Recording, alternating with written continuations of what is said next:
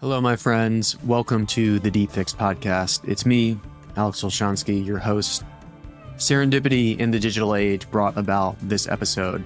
It was a real highlight when Daniel Pinchbeck, a writer who has profoundly influenced my thinking, responded to one of my essays proposing that we have a dialogue.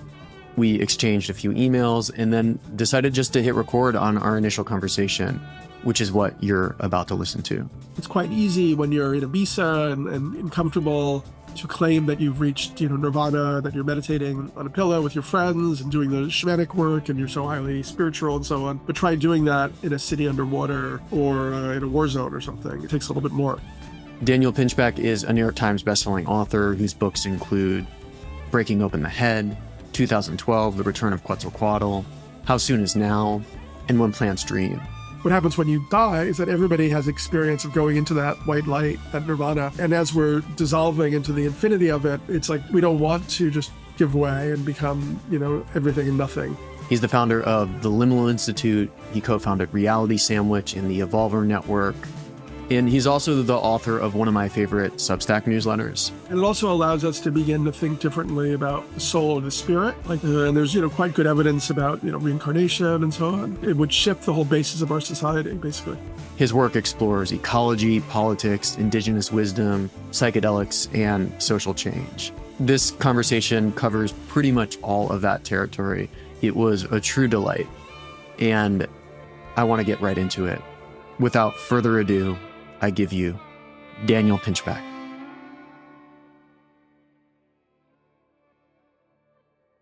Daniel, welcome to Deep Fix. Thanks for having me, Alex. It's good to meet you in virtual person. Yeah, really good to meet. And it was fortuitous for me to be randomly connected to you through the power of the internet. I was really happy to see your name pop up on a comment on the essay, No Better Time to Wake Up, which in a lot of ways was inspired by some of your work around Indigenous prophecies and your recent writing around the state of sense-making and how we have such monumental problems that we're facing as a species and an urgent need to address them. And so I'm wondering how you're feeling about that these days. I think we're most probably doomed, but there's still, slight translucent rays of illumination and hope shot through that. Yeah. I know you've written in some of your essays that some of your friends find you to be a bit of a doomer, but you feel like that's a mischaracterization.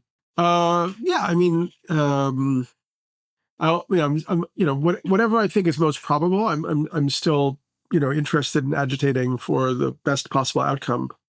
We do seem to have like a piling up of like existential risks and at the same time kind of a failure of collective intelligence and kind of even like, so I mean it's a clusterfuck or cluster or whatever you want to call it right now. What's happening environmentally and geopolitically and in terms of AI, the extinction risks of AI and all this stuff. So, when you think about Indigenous prophecies, that was the crux of the essay that I wrote, which you commented on. Indigenous prophecies forecasting the end of the world, and we see that with the Hopi tribe. We see it in the Kali Yuga. We see it in the Age of Aquarius with the Kundalinis. It's across many different cultures, and I know you've written about this in your previous works.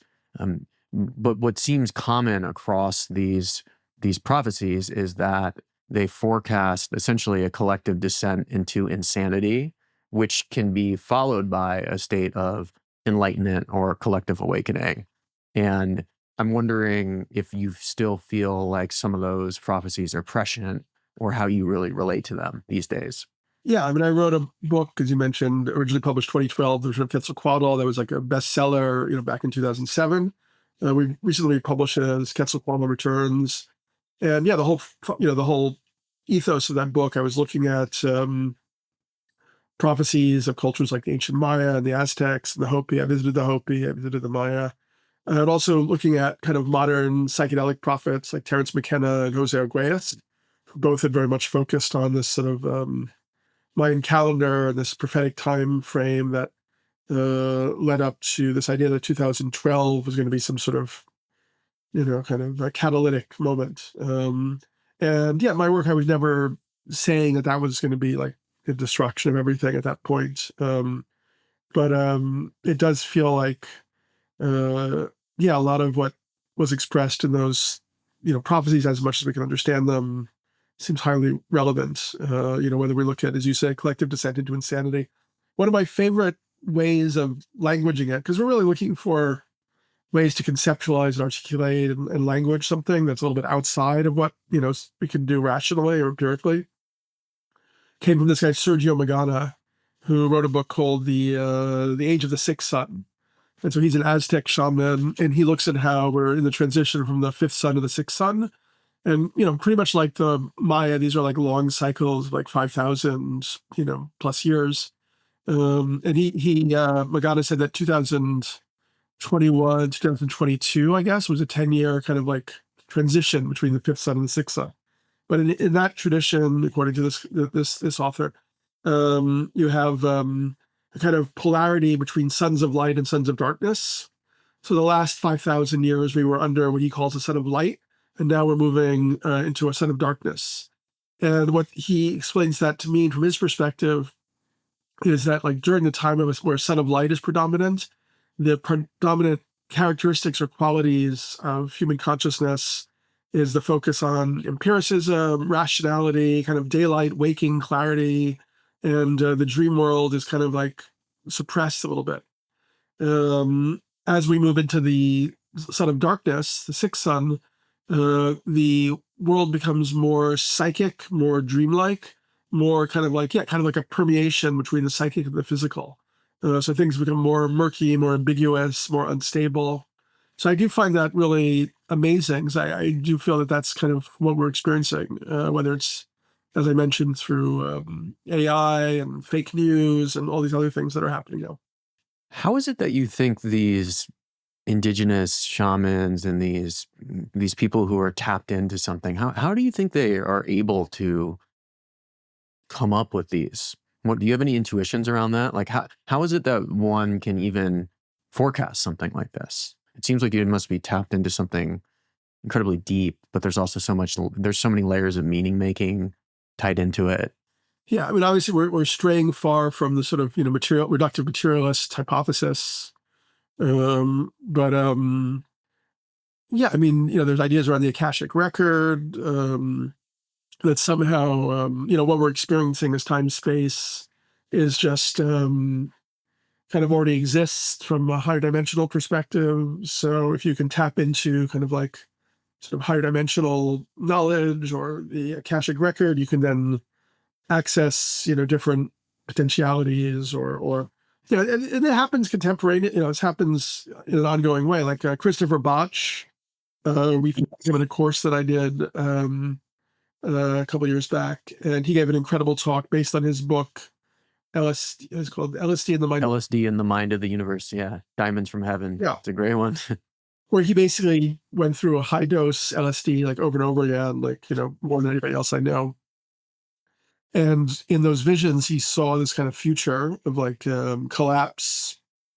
Then he saw society kind of like reconfiguring, and still a substantial portion of people surviving, and those people creating sort of new mycelial networks ended up being like the beginnings of a whole new society that was more authentic, cooperative, and so on and so on.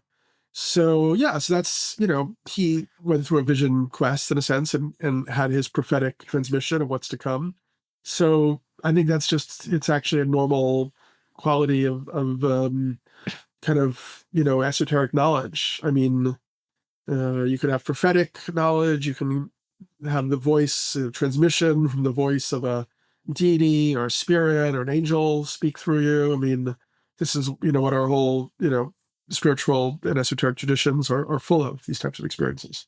Yeah. And you mentioned straying from the materialist path.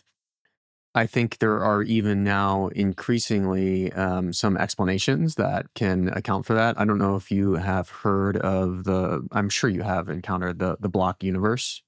Yeah. The theory of the block universe, Yeah. right? Which is just that like the universe is stretched out in almost like a 2D Yeah. time space, and everything is happening all at once simultaneously. And so perhaps those who are able to, call it the Akashic records or tap into something is because it's all already happening all at once. And so it's just those can kind of tune into what's going on in different layers of time within that. And so I find that all really interesting to chew on. And of course, just speculation here. Yeah, and you have described yourself as a monistic idealist. What does that mean to you? Right. Well, I already discussed that in the Quetzalcoatl Returns book, looking at ideas from Rudolf Steiner, who's was a visionary thinker and so on. His dissertation, Philosophy of Freedom, was a refutation of Kantian dualism. And that idea of monistic or analytic idealism has, found more and more adherents. In a sense, Emmett Goswami, the physicist who wrote Physics of the Soul and the Self-Aware Universe, is one person who discusses it. But then probably the most sophisticated iteration of it right now is Bernardo Kastrup, who's written a whole bunch of books like Why Materialism is Baloney, The Idea of the World, and so on. And he was a scientist at CERN. So he actually has a very rigorous and kind of, rational kind of approach. And basically, what Kastrup, myself, and others have expressed is that it seems much more logical to understand that the universe is actually consciousness primarily rather than matter. That the physical universe is actually a projection of that instinctive underlying field of consciousness, which Kastrup calls the ontological primitive. And this accords perfectly well with all of the kind of Eastern, religions. Like if you look at Indo-Tibetan Buddhism, they talk, Buddhism, they talk about primordial awareness as the only thing that really is. That things, we're just kind of like, everything is a projection of that, of awareness. And then ultimately, the nature of mind is, sort of perfect and unperturbable. And you can rediscover that, through meditation and so on.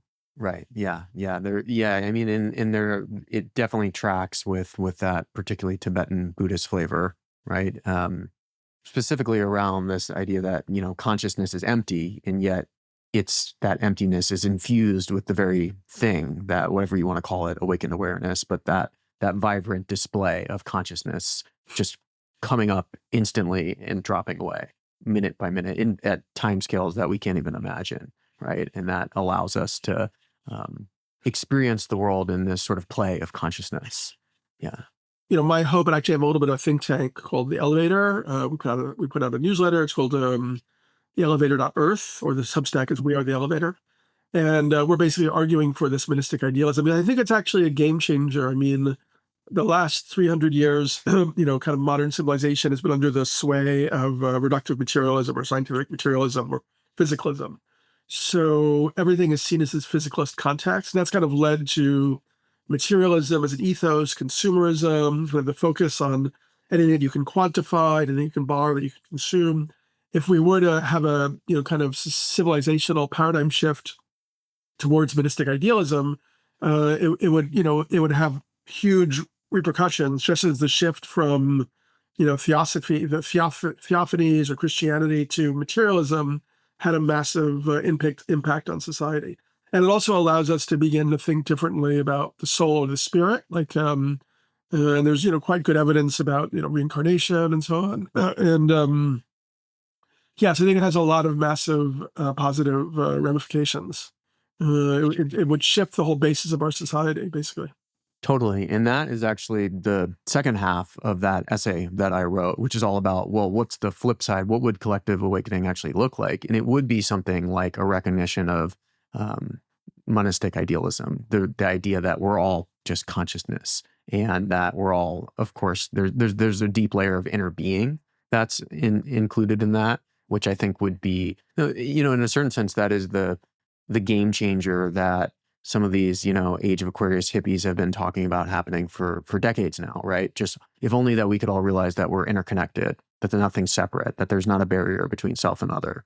And so in some sense, it feels like the most important shift that needs to happen. In another, I feel, we've put in the 1960s, the hippies era sort of beat that drum, right? And there's been times when we've said we were moving in that direction. And yet now it does feel like there's a little bit more opportunity to actually get there. One, with the fact that, science is validating much of what the Eastern esoteric wisdom traditions has been speaking for millennia.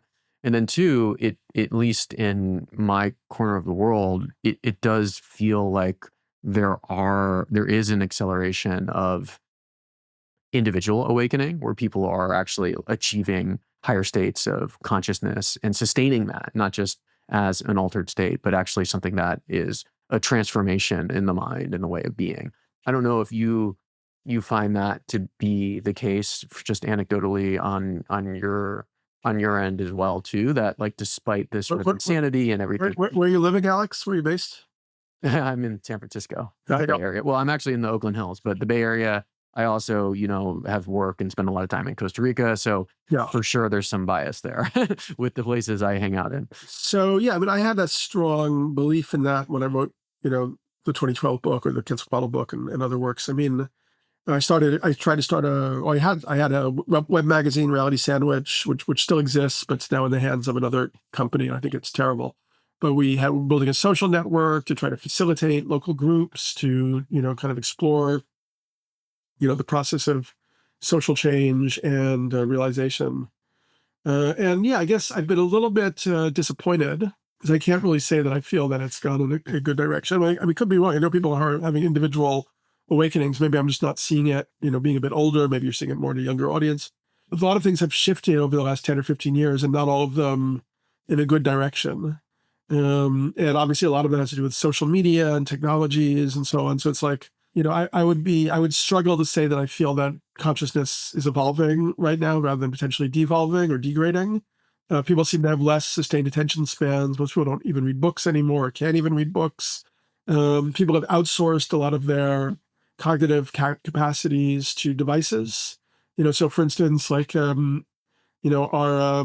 the hippocampus is very much involved with spatial kind of navigation and also memory, because memory is very spatial. It develops between the ages of like 11 and 16 as the hippocampus develops. So you have kids who have smartphones at the ages of 10 or 11 and don't have to get lost to find themselves. Like they don't get lost in the forest and find their way back to their home with their friends, trying to take kind of like stones and trees and so on.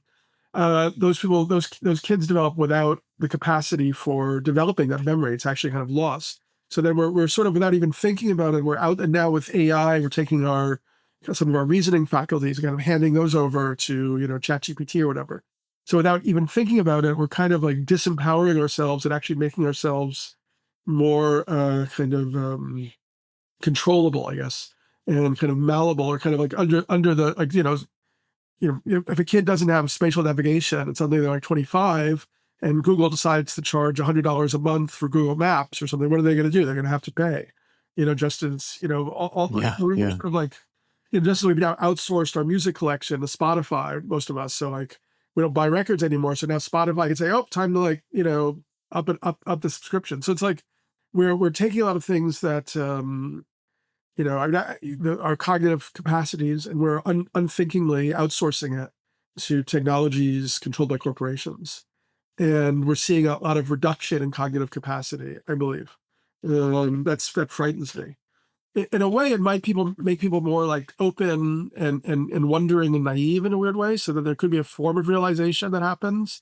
But I have more concern about it than positive feelings at the moment.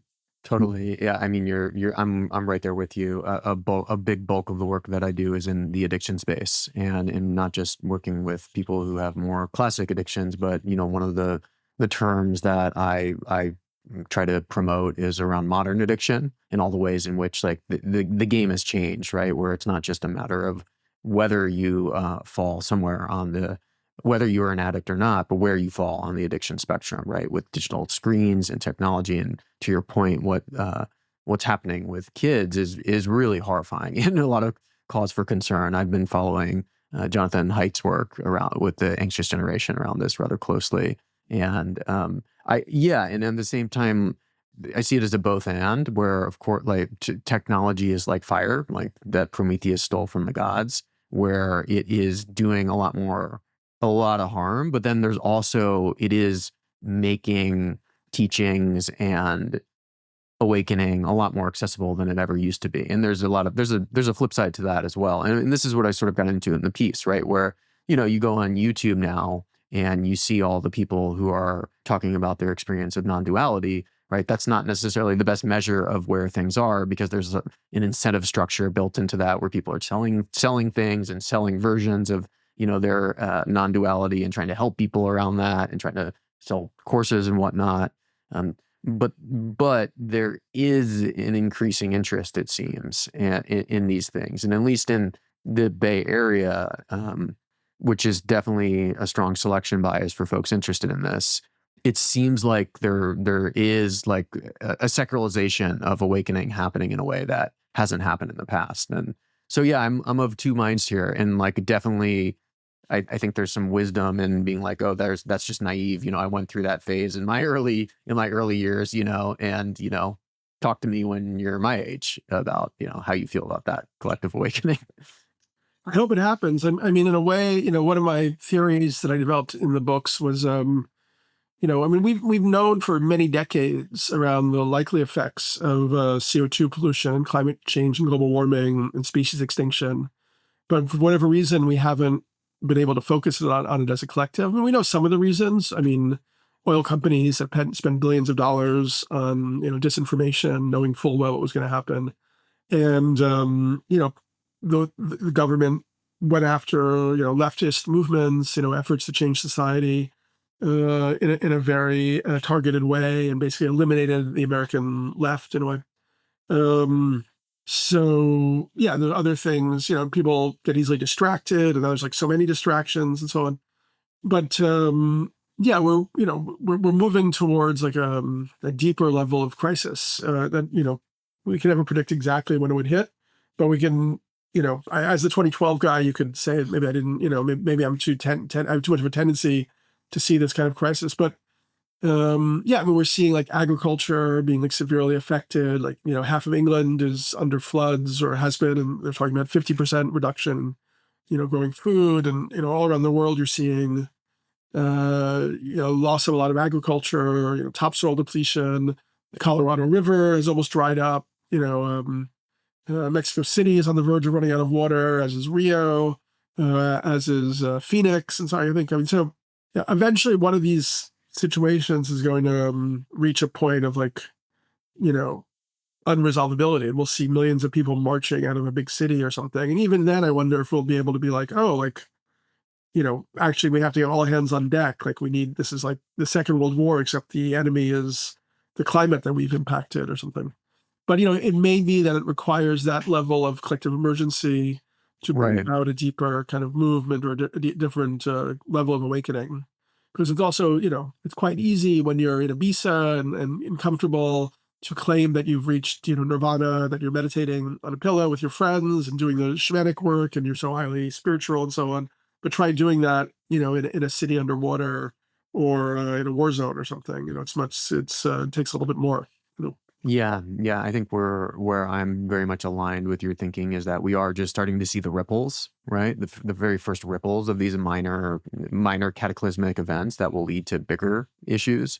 And I think we're also seeing this just in terms of like, so for instance, at the start of COVID, yeah, I don't know if you remember everyone talking about how, oh, the birds are coming back into the cities in the early days of lockdown. This is our chance for the Great Reset.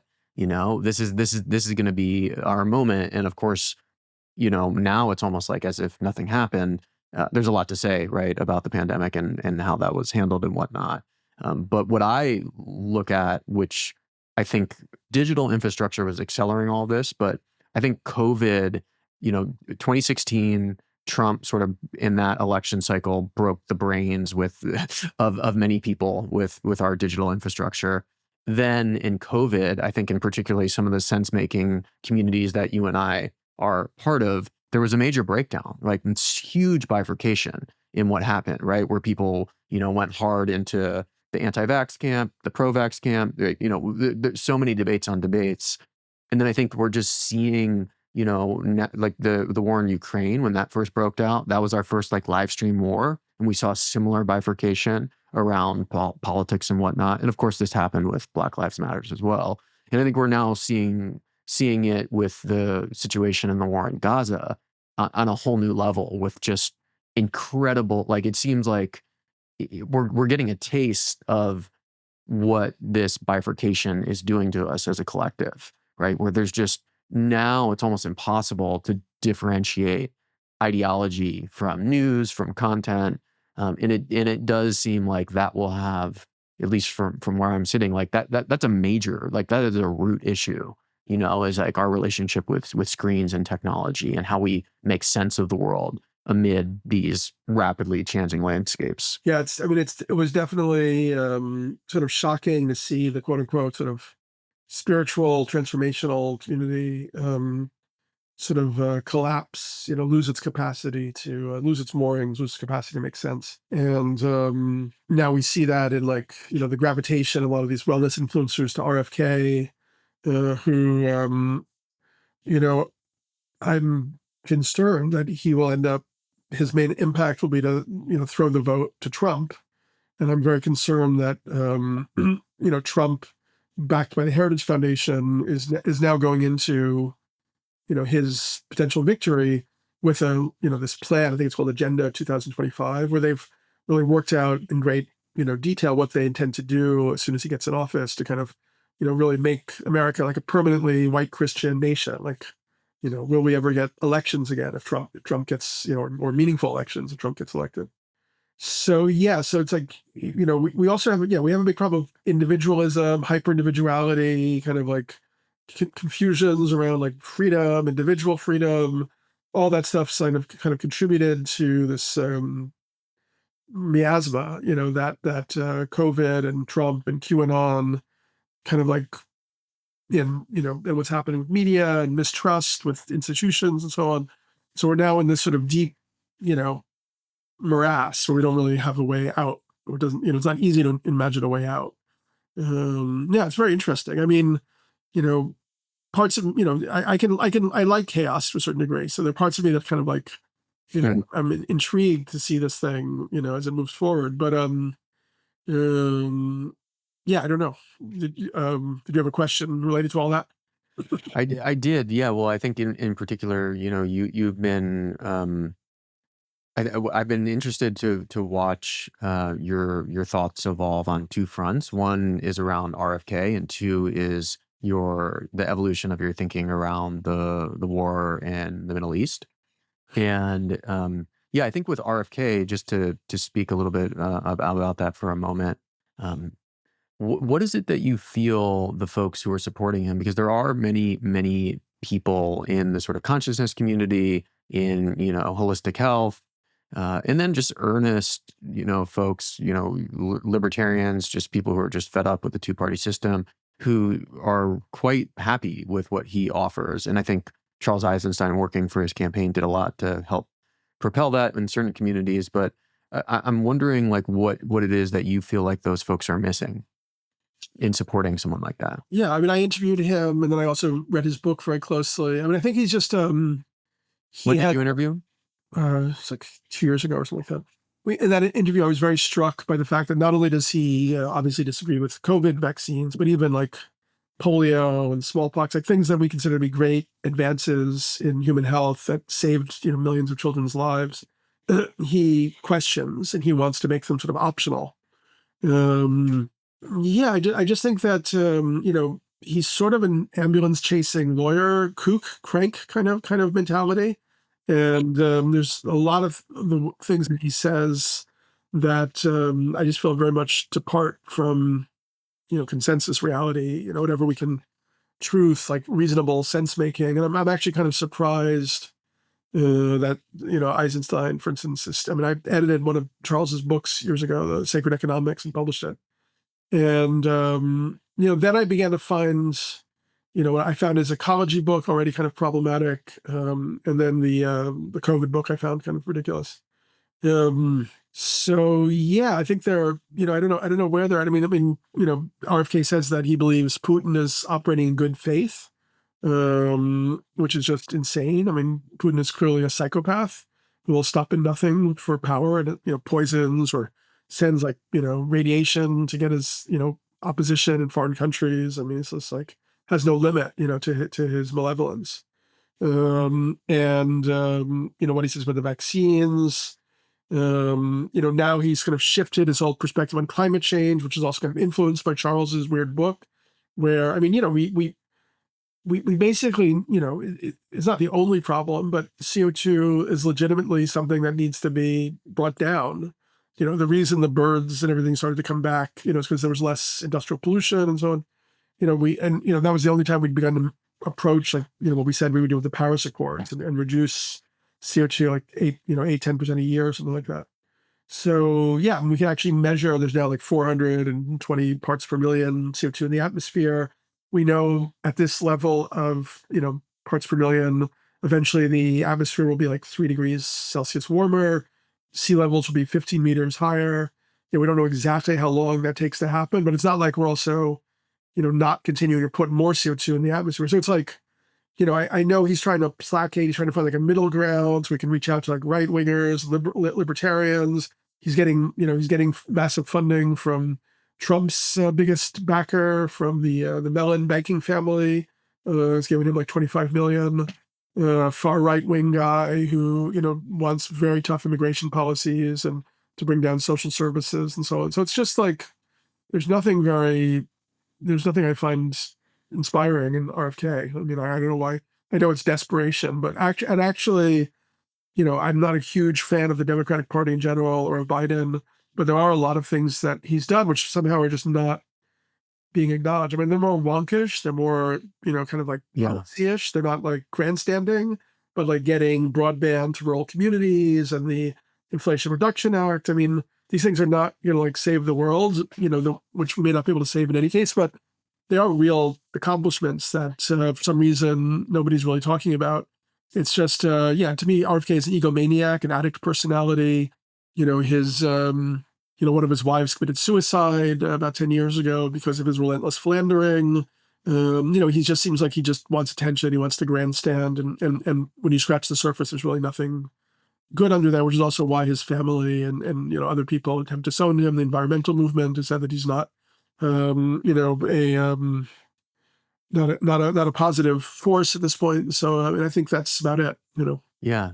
Well, for one, I really appreciate, because I think maybe for those who don't have the context, like I think if, and I have a range of listeners, right? And, for folks who are maybe not as tapped into sort of these undercurrents of alternative media and whatnot, they might just be like, yeah, of course this guy's a quack. But I think, as you and I both know, there's a lot of people who support him right now fervently. Like, I mean, go to the comments on some of your articles, right? And you'll see people kind of like lighting up in his defense. And so I admire you for speaking up on this. And I think that's one of the things that I learn a lot from you. And I wish that, actually, and sometimes in my writing, I just want to like speak my opinion more directly, because I think that it's really important. And yeah, I mean, for what it's worth, I will also just state that I think I get why there's some appeal, like doing the Rogan podcast circuit and promoting holistic health and being super fit, right? That's going to appeal to a certain type of person who is looking for that in a leader. Someone who's like aware that, a lot of the ways in which we live with our consumer and our consumer culture with just awful toxins and the food and whatnot, right? It's, there's a partial truth in what he's saying, but then, it goes to the extreme with sort of his position on vaccines.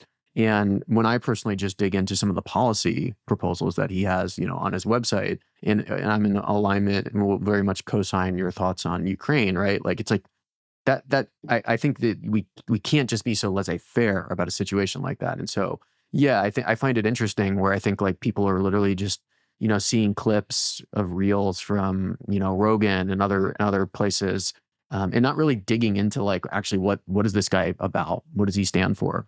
Anyways, I appreciate that you are speaking up around this in these communities that sometimes are, hard to defend their views. One of the things, I mean, I'm not really an expert on anything. I'm a generalist. Sometimes I feel like a completely blank slate in a way, but so I'm, always willing to, and I don't have an institutional affiliation. I'm not getting backed by any particular group or lobby, whatever. So I also reserve the right to change my mind, so like sometimes, and I'll admit that, sometimes I don't know. And I think there's a little bit of a thing where a lot of intellectuals and public, influencers, whatever, get sort of locked into a certain perspective.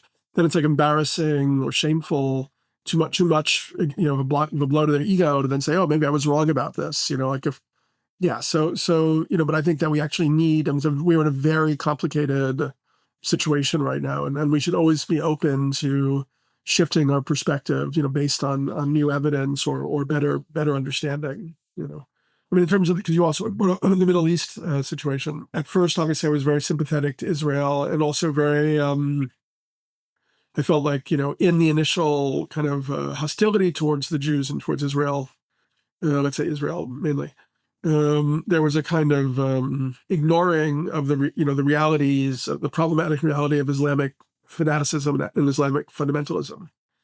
And I still think that that's true. I mean, yes, you could say, Israel from the start with settler colonialism, but, I mean, so many countries were. I mean, I know they started late, so that, they're a target for that. It was post-World War II.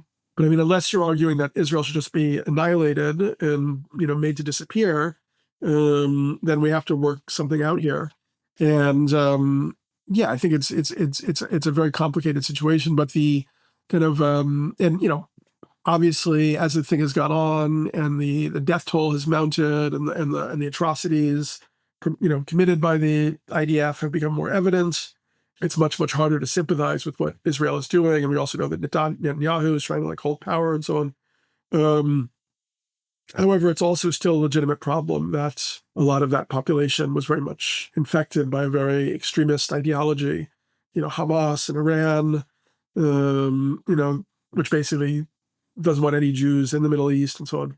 And, then you can roll back and you can, go another, you can go layers back. You'd be like, well, actually, Iran, was sort of a creation of the US and England, because back in the 50s, there was the last democratic elected government in Iran. I think it was like 52, Mossadegh, and he wanted to nationalize the Iranian oil company so they would keep oil, the profits for the country rather than outsourcing them to the foreigners. And so the US and England combined on a coup, and they put an undemocratically elected leader in this place. And then we had, the Shah ultimately. And so that led to a populist uprising. The only force that was then strong enough to change the dynamic in that situation was Islamic extremism. So now Iran is, massive destabilizing effect in that whole region. So, I mean, a lot of the things around the world, unfortunately, if you trace them back, you could say the same thing with Putin in Russia. Like 1989, the Soviet, the Union fell apart. And if you read like Naomi Klein's The Shock Doctrine, what did we do? We rushed in there with our, Milton Friedman trained economists from the Chicago School. And we were like, hey guys, now you're going to be capitalists. You're not going to be socialists anymore. Just sell away all of your state-owned enterprises to the highest bidder. And so then we kind of created the conditions for kleptocracy, which then led to mafia rule, which then led to the most psychopathic gangster rising to the top, which was Putin. So in a way, we're all around the world now, the West and Europe and England and America are kind of reaping the whirlwind of what they created, which is very unfortunate. I mean, not that I think that. I mean, the U.S. was like 25% of world GDP after World War II. All the other countries were like sort of stomped out. We had like an unbelievable level of power. I'm not sure that any country would have acted better in that circumstance.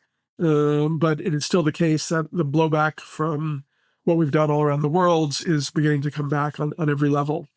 I agree with you on that front. And I think, though, where that line of thinking becomes not for necessarily everyone, but for some people today, I think it can become dangerous and problematic, is where we have a youth who just, hates America, right? And of course, America has tons of problems, right? I think one of the important points you made was that, given 25% GDP after World War II, like they were, maybe did as good a job as they could. And I think that fundamentally, right, some of the values that form the backbone of like traditional liberalism there's still thousands of people trying to get into America, every day.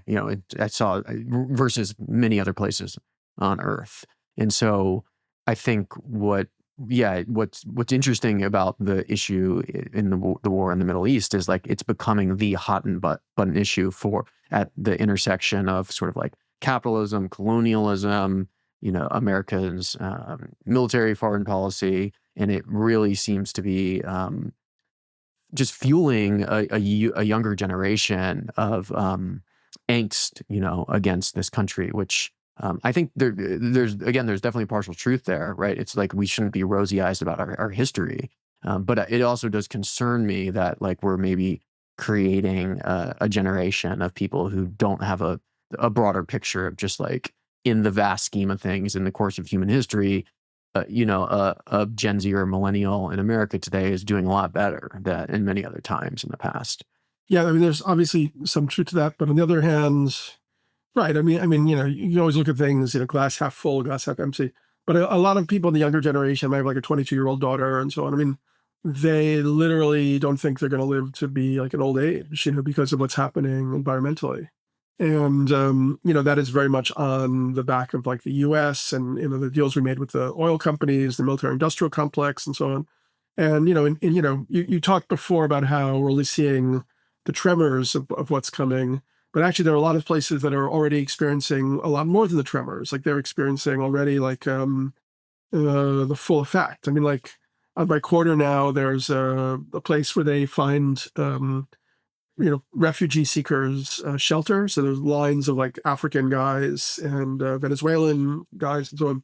Some of the guys are from Ivory Coast. So I looked up like, okay, why are these guys coming from Ivory Coast? Turns out that the biggest export by far from the Ivory Coast is chocolate. That 50% of the world's chocolate comes from there. Nestle's, Hershey's are the biggest companies. They pay the average farmers in the cacao fields, which is dangerous and hard work, which applies with our cheap chocolate, 78 cents per day. Okay, so those people are getting paid 78 cents per day. Meanwhile, deforestation because of cacao, 80% deforestation on Ivory Coast. So, more and more people can't survive, can't eat, global warming, farms are drying up. So people are on the verge of starvation because of, a lot of the policies of the US. That's just like one case, all across Africa, there's like mining that we did, fossil fuel extraction, rare minerals, conflict minerals, and so on. So then you have these people who are like, just trying to escape to somewhere where they can have a decent life. Like if one of those guys can make like $15 an hour as a delivery guy here, that's obviously quite a bit different than 78 cents a day. It gives them a lot of money to send stuff back. So yeah, I mean, I don't know. I mean, I can understand the anger at the youth. Like if I was 22, I would felt, and I already, didn't feel that great about it when I was 22, but now a few decades later, I can understand why they feel, what the fuck is the system? Like it's just robbed us, to amass profit for the few at the expense of the many, and the power for the few for the expense of the many. It's robbed everybody of a future. Yes, yeah, and I think that that's the important part, right? And it does seem that the certain elements, at least, of what people of this sort of collective awakening is understanding that we're in this system that's just completely extractive, right, and is just so harmful. I think where I see some of the shadow side of, like, for instance, like it's really interesting hearing about your daughter who can't envision a future, is that in certain progressive circles, they have come to valorize depressive affect as a sign of like being with it and really getting it. Oh, like I'm so depressed because our systems are so bad. And that actually like earns you cred in certain progressive wings. And it creates this reciprocal process where people become more depressed, less agentic in their lives, and unable to actually see like a bigger picture. Maddie Iglesias wrote an article about this, and I wrote a sort of a follow up on it in the realm of politics, which is sort of like when you look at sort of like progressive teens compared to more conservative teams, the overall metrics are pretty shocking in terms of data around like well being and groundedness and mental health. And so it does seem to be like those who are choosing to focus on that are in a different reality tunnel than those who, have this sort of a resurgence of conservatism, as I'm sure you've seen, which is now sweeping, in particular, Gen Z men, or young boys, I should say. So I don't know. I really see both aspects here. Like I see a great paradox there. Well, I mean, yeah, by the way, I wouldn't want to say that. I mean, I wouldn't put my daughter in the class of people who think there's like no future. But I think that, they don't, like, she has expressed that she and her friends don't see any interest in being involved, like, corporate world or even nonprofits kind of like discuss them in a way, repulse them. But yeah, I mean, well, the problem is that, if you create a bulwark against what's happening by, accepting sort of a conservative model of reality, then yeah, you might in a short term, be more content. I mean, I just did this course called Embracing Our Emergency, which was about, trying to figure out a new path for people to kind of like fully hold what's happening environmentally. And for me also, like, I spent a couple of weeks, once again, going back, which I've done many times before, researching all the latest data. And yeah, I found myself like very depressed. I would go to parties and I like literally, I couldn't speak to anybody. Like, it's hard, So it's like, and then ultimately, I do think that's a very, it's like a very spiritual warrior-ish kind of thing, but you can reach a kind of joyful surrender, acceptance, appreciation of everything, of the miracle of every moment and so on, while having an honest assessment of like, this thing is just not looking good right now. Like we've waited too long to be honest with ourselves and with the people around us about what the society is. Yeah. So that's where I've reached. I feel really at peace and strangely joyful, like happier than I've ever been most of the time. And it's partially because, yeah, I just kind of like gave up in a way. Yeah, that doomer optimism, and that's I mean, just for that's where I stand as well. Chogyam Rinpoche has a great quote, which is something to the tune of, "When a man can hold the pain of samsara and the bliss of nirvana in his heart at the same time, like that's when the warrior can make a proper cup of tea." And it's sort of like it's just like you said. I love that quote. That's him. Yeah, I'll send it to you after, because the real version was far more eloquent than that. But yeah, it's like there is something about being a spiritual warrior, and I think that's the crux of what brought us together, and that thread of the essay that I was pulling on, which is like, yeah, hey, our odds are not so great, and yet you know what, we'll hold the grief of what we've done to the world, what we've done to each other, and still try to maybe make the world a better place, right? I think that's the real ethos of metamodernism and integral thinking of philosophy that really opened my world up. And so, yeah, maybe as a closing point, you mentioned that you're experiencing such joy, and that was one of the things I wanted to ask you about in your recent self-assessment, which is an essay you wrote, sort of just breaking down how you're doing. Something that I want to do myself and borrow that idea. You mentioned how you've already gone through a cycles of like death and rebirth, like of being canceled and being detested and mocked, and now in some way that you can't fully explain, like you're in a state of mystical kind of oneness without any sort of practice. It doesn't sound like you're doing seated meditation or Dzogchen practice, despite I know you have a lot of affinity there. And so I'm curious, yeah, how did that come about, right? Because I know a lot of folks would probably be interested in that. And what is that? What does your day-to-day look and feel like? Yeah, I mean, I'm not, I feel like hearing you, I almost felt like I wanted to say that I'm not really claiming any like amazing thing or whatever. But I mean, yeah, I mean, I guess there's different types of, quote unquote yoga traditionally, right? There's like bhakti, devotional yoga, and there's like obviously like the physical yoga. There's also jnana yoga, which is, people who, their way of, getting to a level of realization is through the intellectual work, of like poring over texts and ruminating and reflecting and writing and so on. So like, I suppose, I would categorize myself as a jnana yogi if I had to choose one. And yeah, I think like at a certain point, holding different ideas in my head and every day kind of reflecting upon them, also having had the phenomenological experience of particularly psychedelic experiences. I mean, among the most profound being the 5-MeO DMT or Bufo, which is, I would say that's like direct phenomenological confirmation of the Buddhist idea of the void or nirvana, because you basically dissolve into the sort of, boundaryless ecstasy that goes on, in all directions forever, which you can sort of remember as kind of white crystalline lattices that are ever changing. That, yeah, I think that it makes sense in a way. We have a trigger in our brain that comes from the secretions of a toad found in the Sonoran Desert. That when we scrape it and we smoke it, it gives us back that phenomenological experience of nirvana. Um, so yeah, so I think when you first have that experience, I mean, I've done it a number of times. It can be very destabilizing because your ego is looking for something to hold on to or some, reason not to think that's the case. And I also think that can be overlaid, that Buddhist idea of like nirvana, and samsara. You can also still kind of layer in, other esoteric ideas like Rudolf Steiner's more kind of like multidimensional cosmology and some idea of like a benevolent God and Manichaean forces and so on. But there is some ultimate level to that, nirvana samsara thing.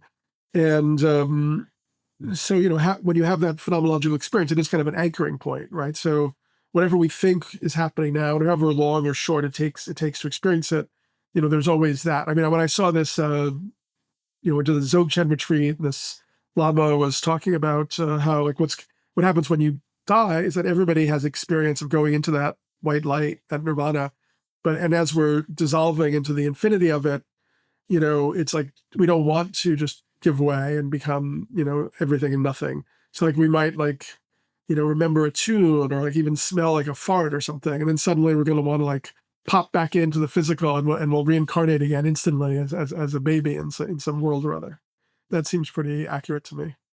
And I guess, yeah, one of my hopeful ideas, I guess, is which we're trying to put forward with the elevator a little bit is maybe there's the potential of shifting. I mean, I think humanity always needs like a frontier and a mission and also a story and a narrative. And we've gotten sort of lost in this story of progress, which is no longer serving us because, we can see that actually like, yeah, we can keep going with AI, we can keep going with genetic engineering, and so on. But these things are kind of like creating more and more synthetic, kind of unpleasant realities.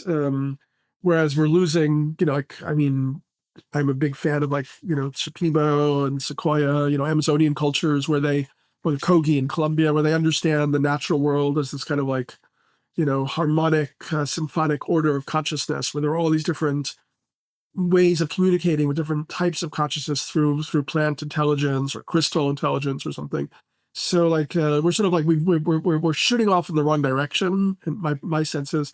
But we could have that as a collective realization. We could be like, okay, like actually, what's interesting is not accumulating billions of dollars to buy your own yacht or spaceship or whatever, but actually, discovering the extension of possible mind-body states, reaching different levels of realization, kind of discovering the state-specific knowledge that can be accessed in different mind-body states and how to get there more reliably.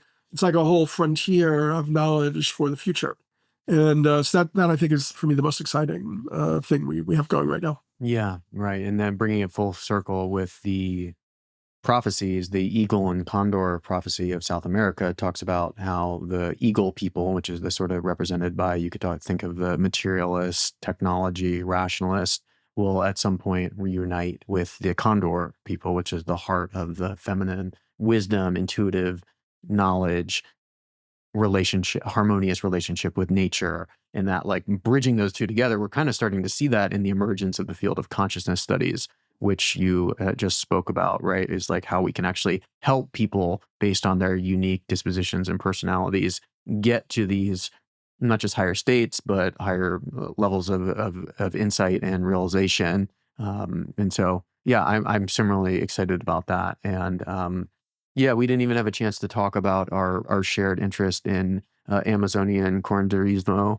I do some nonprofit work in that field as well, and so maybe for another conversation, Daniel, we can go down that rabbit hole. Very nice. I really enjoyed talking with you. I enjoyed the your questions, and also I liked kind of like your presence and your kind of focus during listening. I thought it was a nice sharing. So thanks for having me on. I look forward to chatting more. Yeah, likewise. Yeah. All right, Daniel, have a great rest of your day. You too, sir. Thank you so much for listening to this episode. If you're getting value from my work, I hope you might consider giving something back. It's how I earn my living from the generosity of people like you who want to see more of my work in the world. And it helps contribute to the production costs of this podcast. There's a couple quick and easy ways you can do that. The first is to subscribe on Substack for just $6 a month. You'll get my literary essays and other cool updates. Secondly, you can check out my course, Life Not Wasted, which teaches you how to overcome all types of modern addictions so you can live a life so joyous that you don't need to distract or numb yourself. And lastly, you can give 5 stars on Apple, Spotify, wherever you listen to podcasts, or share my work with your friends. That sort of stuff makes a real difference for a dude who does what I do. In any case, there are so many places where you can spend your time today, and I'm very grateful that you're choosing to spend it here. Thank you so much.